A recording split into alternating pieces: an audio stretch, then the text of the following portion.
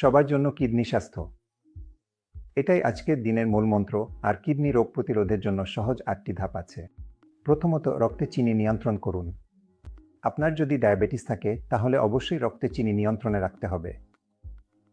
দ্বিতীয়ত, রক্তচাপ নিয়ন্ত্রণ করুন। আপনার যদি উচ্চ রক্তচাপ থাকে তাহলে রক্তচাপ নিয়ন্ত্রণে রাখতে হবে। তৃতীয়ত, খাদ্য নিয়ন্ত্রণ।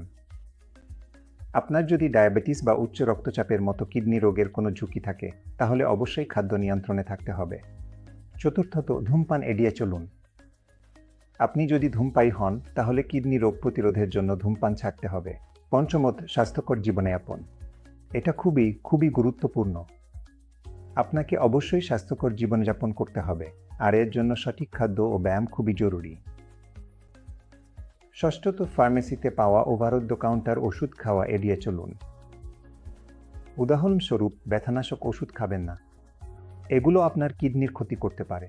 সপ্তমত, যদি আপনার ডায়াবেটিস বা উচ্চ রক্তচাপের মতো কোনো সমস্যা থাকে তাহলে নিয়মিত পরীক্ষা করান এবং ডাক্তারের পরামর্শ নিন।